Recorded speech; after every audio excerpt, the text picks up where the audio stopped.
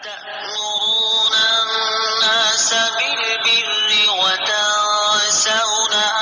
أنفسكم وأنتم تتلون الكتاب أفلا تعقلون۔ ترجمہ: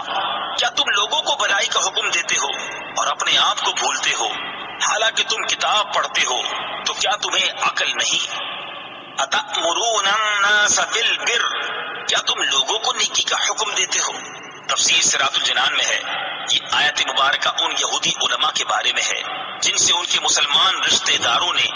دین اسلام کے متعلق دریافت کیا، تو انہوں نے کہا تم اس دین پر قائم رہو،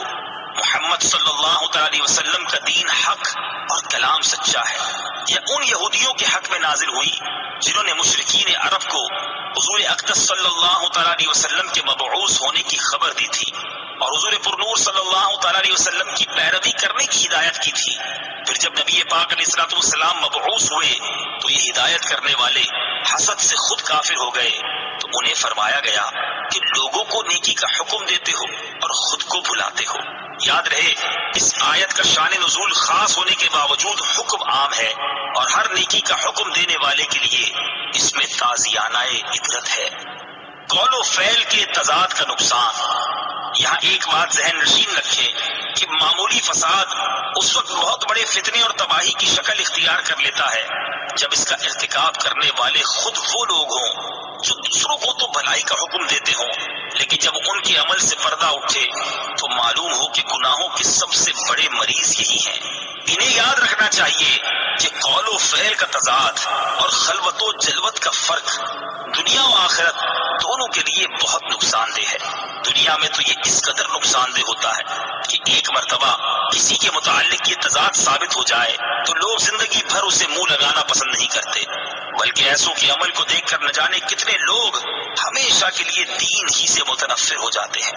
اور آخرت میں اس کا نقصان کتنا زیادہ ہے اس کا اندازہ اس روایت اور حکایت سے خود ہی لگا لیجیے۔ چنانچہ حضرت عدی بن حاتم رضی اللہ تعالی عنہ سے مروی ہے، نبی پاک علیہ الصلوۃ والسلام نے ارشاد فرمایا قیامت کے دن کچھ لوگوں کو جنت کی طرف لے جانے کا حکم ہوگا، یہاں تک کہ جب وہ جنت کے قریب پہنچ کر اس کی خوشبو سونگھیں گے، اس کے محلات اور اس میں اہل جنت کے لیے اللہ تعالیٰ کی تیار کردہ نعمتیں دیکھ لیں گے تو ندا دی جائے گی انہیں جنت سے لوٹا دو کیونکہ ان کا جنت میں کوئی حصہ نہیں۔ یہ ندا سن کر وہ ایسی حسرت کے ساتھ لوٹیں گے کہ اس جیسی حسرت کے ساتھ ان سے پہلے لوگ نہ لوٹے ہوں گے۔ پھر وہ عرض کریں گے یا رب عز و جل، اگر تو اپنا ثواب اور اپنے اولیاء کے لیے تیار کردہ نعمتیں دکھانے سے پہلے ہی ہمیں جہنم میں داخل کر دیتا تو یہ ہم پر زیادہ آسان ہوتا۔ اللہ تعالیٰ ارشاد فرمائے گا میں نے ارادتاً تمہارے ساتھ ایسا کیا ہے، اور اس کی وجہ یہ ہے کہ جب تم تنہائی میں ہوتے تو بڑے بڑے گناہ کر کے میرے ساتھ اعلان جنگ کرتے، اور جب لوگوں سے ملتے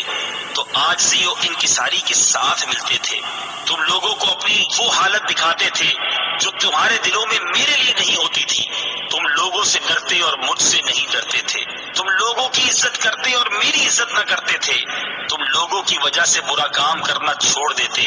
لیکن میری وجہ سے برائی نہ چھوڑتے تھے۔ آج میں تمہیں اپنے ثواب سے محروم کرنے کے ساتھ ساتھ اپنے عذاب کا مزہ بھی چکھاؤں گا۔ اور حضرت ابراہیم تیمی رحمت اللہ تعالی علیہ فرماتے ہیں میں موت اور مرنے کے بعد ہڈیوں کی بوسیدگی کو یاد کرنے کے لیے کثرت سے قبرستان میں آتا جاتا تھا۔ ایک رات میں قبرستان میں تھا کہ مجھ پر نیند غالب آ گئی اور میں سو گیا تو میں نے خواب میں کھلی ہوئی قبر دیکھی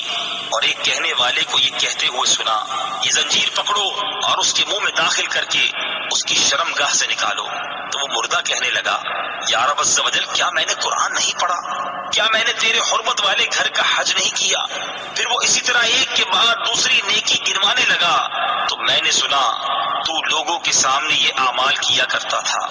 لیکن جب تو تنہائی میں ہوتا تو نافرمانیوں کے ذریعے مجھ سے مقابلہ کرتا اور تم نے میرا کچھ خیال نہ کیا۔ بے عمل بھی نیکی کی دعوت دے، یاد رہے اس آیت کی مراد واعظ و نصیحت کرنے والوں کو تقوی و پرہیزگاری پر ابھارنا ہے، بے عمل کو واعظ سے منع کرنا مقصود نہیں۔ یعنی یہ فرمایا ہے کہ جب دوسروں کو واعظ و نصیحت کرتے ہو تو خود بھی عمل کرو، یہ نہیں فرمایا کہ جب عمل نہیں کرتے تو واعظ و نصیحت کیوں کرتے ہو، کیونکہ عمل کرنا ایک واجب ہے اور دوسروں کو برائی سے روکنا دوسرا واجب ہے۔ اگر ایک واجب پر عمل نہیں تو دوسرے سے کیوں روکا جائے؟ حضرت انس بن مالک رضی اللہ تعالیٰ عنہ فرماتے ہیں، ہم نے عرض کی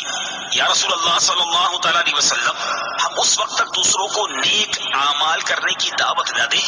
جب تک ہم خود نیک اعمال نہ کرنے لگ جائیں، اور ہم اس وقت تک لوگوں کو برے کاموں سے منع نہ کریں جب تک ہم خود تمام برے کاموں سے رک نہ جائیں۔ حضور اقدس صلی اللہ تعالیٰ علیہ وسلم نے ارشاد فرمایا، ایسا نہ کرو بلکہ تم نیک اعمال کرنے کا حکم دو، اگرچہ تم خود تمام نیک اعمال نہیں کرتے، اور برے اعمال کرنے سے منع کرو اگرچہ تم تمام برے اعمال سے باز نہیں